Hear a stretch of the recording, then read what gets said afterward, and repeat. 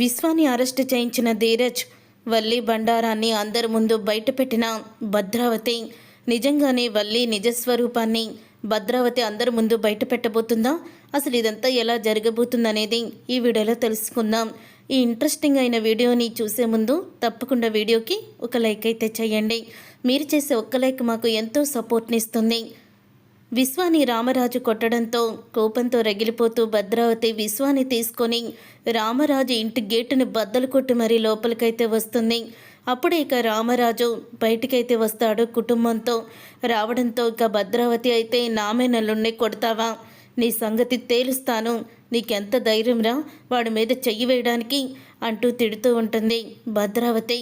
అప్పుడే రామరాజు, నా కూతురు జీవితాన్ని నాశనం చేయాలనుకున్న వాడిని చంపేయకుండా కొట్టి వదిలేశాను, సంతోషించు అని రామరాజు కూడా సమాధానం చెప్తాడు భద్రావతితో.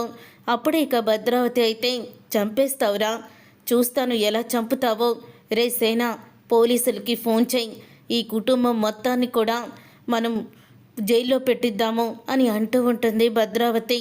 అప్పుడే ఇంకా అంటూ ఉంటుంది వేదవతి, చెయ్యి, పోలీసులకే చేస్తావో ఎవరికి చేస్తావో చేసుకో, ఇప్పటి వరకు కూడా మౌనంగా మీరు పెట్టే టార్చర్ని భరిస్తూ సహనంతో ఓర్చుకున్నాను, ఈసారి నుంచి ఓర్చుకునే ప్రసక్తే లేదు.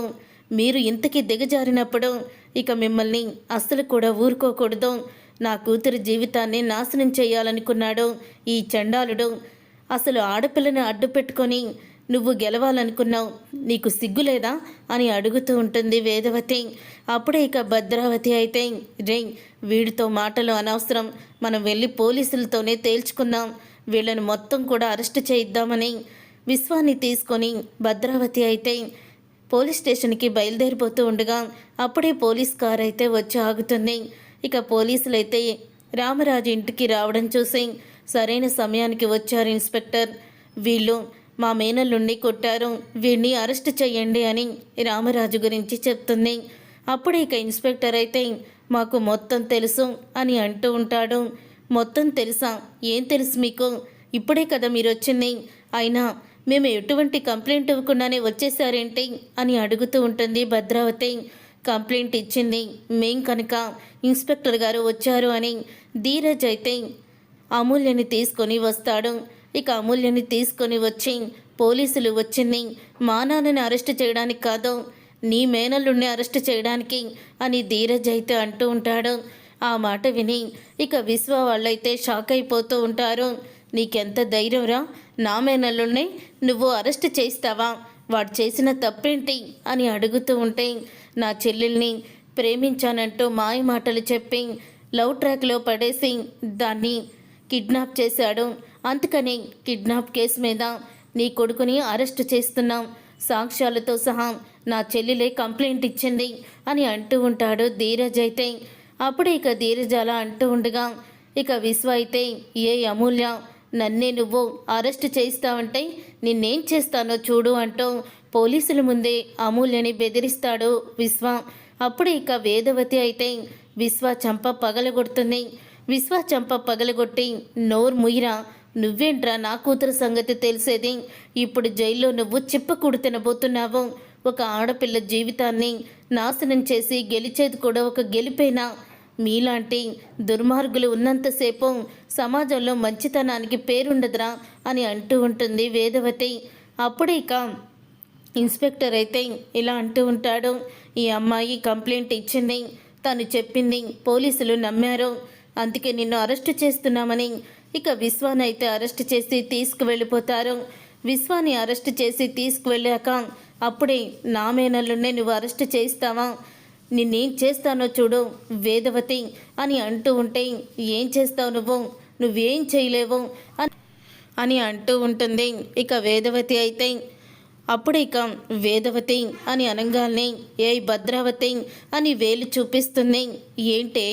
ఏంటి తెగరెచ్చిపోతున్నావు, మొగుడు పిల్లలు లేని నీకే ఇంత ఇదిగా ఉంటే నాకెంత పొగరుండాలి, నా వెనకాల నా కుటుంబం ఉంది, నా కుటుంబం జోలికి వచ్చావంటే నిన్ను ఏం చేస్తానో నాకే తెలీదు, ఇప్పటి వరకు అక్క అన్న అనే ఏదో బంధుత్వం మీద ఇంత ప్రేమన్నా ఉండేది, మీరు చేసిన పనులకి ఆ ప్రేమ పూర్తిగా చచ్చిపోయింది, నా కూతుర్ని అడ్డు పెట్టుకొని నువ్వు నా ఇంటి మీద పగ తీర్చుకోవాలనుకున్నావు.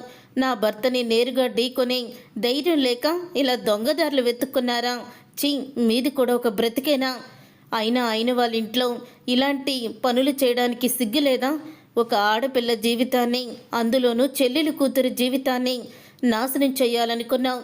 నువ్వు ఒక ఆడదానివేనా అని అంటూ ఉంటే అప్పుడు ఇక భద్రావతి అయితే అంటూ ఉంటుంది, మరి మీ ఇంట్లోనే ఉండి ఇంటి ఆడబొడుచు జీవితాన్ని నాశనం చేయడానికి నా దగ్గర 10 లక్షలు తీసుకున్నా, మరి నీ పెద్ద కోడలు దాన్నేమంటారు, ఆ వల్లి చేసిన దాన్ని అని అంటూ ఇక భద్రావతి అయితే వల్లి బండారాన్ని బయట పెట్టేస్తుంది. ఒక్కసారి అందరూ కూడా షాక్ అయిపోతూ ఉంటారు. అప్పుడే ఇక షాక్ అయిపోతూ ఇక భద్రావతి అయితే చెప్పిన నిజంతో వల్లి స్టన్ అయిపోతూ ఉంటుంది.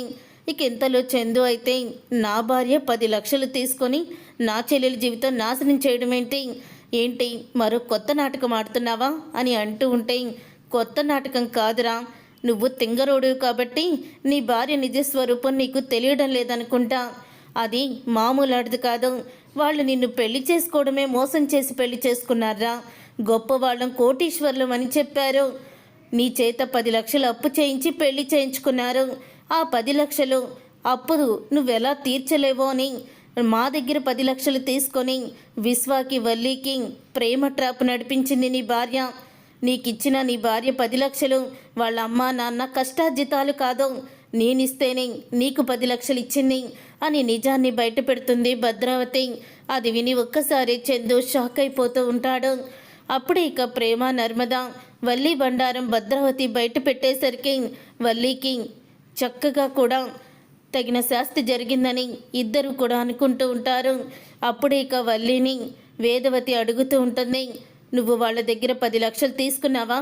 తీసుకొని అమూల్య విషయంలో విశ్వాని అమూల్యని నువ్వే ఒకటి చేసావా అని అడుగుతూ ఉంటే అప్పుడే ఇక అత్తయ్య వాళ్ళు అబద్ధం చెప్తున్నారు అని అంటూ ఉంటుంది వల్లి. అయితే అప్పుడే ఇక అమూల్య అయితే లేదమ్మా, భద్రావతి పెద్దమ్మ చెప్పింది నిజమే. వదిన వాళ్ళ దగ్గర డబ్బులు తీసుకున్నదో లేదో నాకు తెలియదు, కానీ విశ్వాకి నేను దగ్గర అవడానికి కారణం 100% వదినే. విశ్వాని కలవడంతో విశ్వాతో ఫోన్లో మాట్లాడడం అన్నీ వదినే మా ఇద్దరి మధ్య లవ్ ట్రాక్ నడిపించింది. చివరికి ఆ రోజు నన్ను విశ్వ పిలుస్తున్నాడని మాట్లాడాలని చెప్పి బయటికి కూడా తీసుకువెళ్ళింది వల్లి వదినే అని నిజాలన్నీ కూడా బయట పెట్టేస్తుంది అమూల్య. ఆ మాట విని ఒక్కసారి ఇక చందు అయితే కోపంతో రగిలిపోతూ ఉంటారు. అప్పుడు ఇక నర్మద ప్రేమ ఇద్దరూ కూడా అంటూ ఉంటారు, మేము ఇంటి గౌరవాన్ని నిలబెట్టాలని ఎప్పుడు చూసామత్తయ్య, కానీ వల్లి అమూల్య జీవితాన్ని నాశనం చేసి అందరి దృష్టిలో తను మంచిదాల్లా నటిస్తూ ముసుగు వేసుకుంది. మేము అలా ముసుగులు వేసుకోలేదు అని అంటూ ఉంటుంది నర్మద. అయితే అప్పుడే ఇక ప్రేమ కూడా అవునత్త, ఎప్పుడూ కూడా ఈ కుటుంబాన్ని కాపాడాలని చూశాను, కానీ ఎప్పుడు కుటుంబ గౌరవాన్ని తీయాలని చూడలేదు అని చెప్పి ప్రేమ కూడా మాట్లాడుతూ ఉంటుంది. నా చెల్లెలి జీవితాన్ని ఇంతలా నాశనం చేస్తావా? ఎందుకు నువ్వు ఇంత మోసం చేశావు? ఇప్పటి వరకు నా భార్య నాకు ఏమీ చెప్పకుండా చేయదు, తను చాలా మంచిది, ఏమీ కూడా మనసులో దాచుకోదు అంటూ నీ గురించి అంత గొప్పగా చెప్పాను కదే, ఇంతలోని నీ బండారం మొత్తం బయటపడింది అని అంటూ ఉంటాడు చందు. అయితే రే, ముందు నీ భార్యని సరిచేసుకో, విశ్వాతో పాటు వల్లి కూడా అరెస్ట్ అవ్వాలి, ఎందుకంటే వల్లినే వాళ్ళిద్దరి మధ్య ప్రేమ టాప్ నడిపించింది. అమూల్యని కిడ్నాప్ చేయడానికి సగం కారణం వల్లియే అని నిజాన్ని బయట పెడుతుంది భద్రావతి. అది విని షాక్ అయిపోతూ ఉంటారు అందరూ కూడా. అప్పుడే వల్లి చంప పగలగొడతాడు చందు. వల్లి చంప పగలగొట్టి అసలు నువ్వు నా భార్యగా ఉండే అర్హతని కోల్పోయావు, బయటికి పో అని అంటూ ఉంటాయి. అప్పుడు ఇక వల్లి అయితే రామరాజు కాళ్ళు పట్టుకుంటుంది. రామరాజు కాళ్ళు పట్టుకొని మావయ్య గారు నన్ను క్షమించండి, ఇంకెప్పుడు కూడా నేను ఎలాంటి తప్పులు చేయను, నన్ను క్షమించండి మావయ్య గారు, నన్ను ఇంట్లో నుంచి బయటికి గెంటేయకండి, నేను ఆయన్ని చూడకుండా ఉండలేను అని అంటూ ఏడుస్తూ ఉంటుంది వల్లి. అయితే చూసారుగా ఫ్రెండ్స్, రాబోయే కథలో ఖచ్చితంగా ఇలాగే జరగబోతుంది. మరి ఇలాగే జరగాలని మీరైతే కోరుకుంటున్నారా? అయితే వీడియోని తప్పకుండా లైక్ చేసి మా ఛానల్ని సబ్స్క్రైబ్ చేసుకొని పక్కనే ఉన్న గంట సింబల్పై ఆలని క్లిక్ చేయండి. అప్పుడే మేము పెట్టే ప్రతి వీడియో మీరు మిస్ కాకుండా చూసేవచ్చు.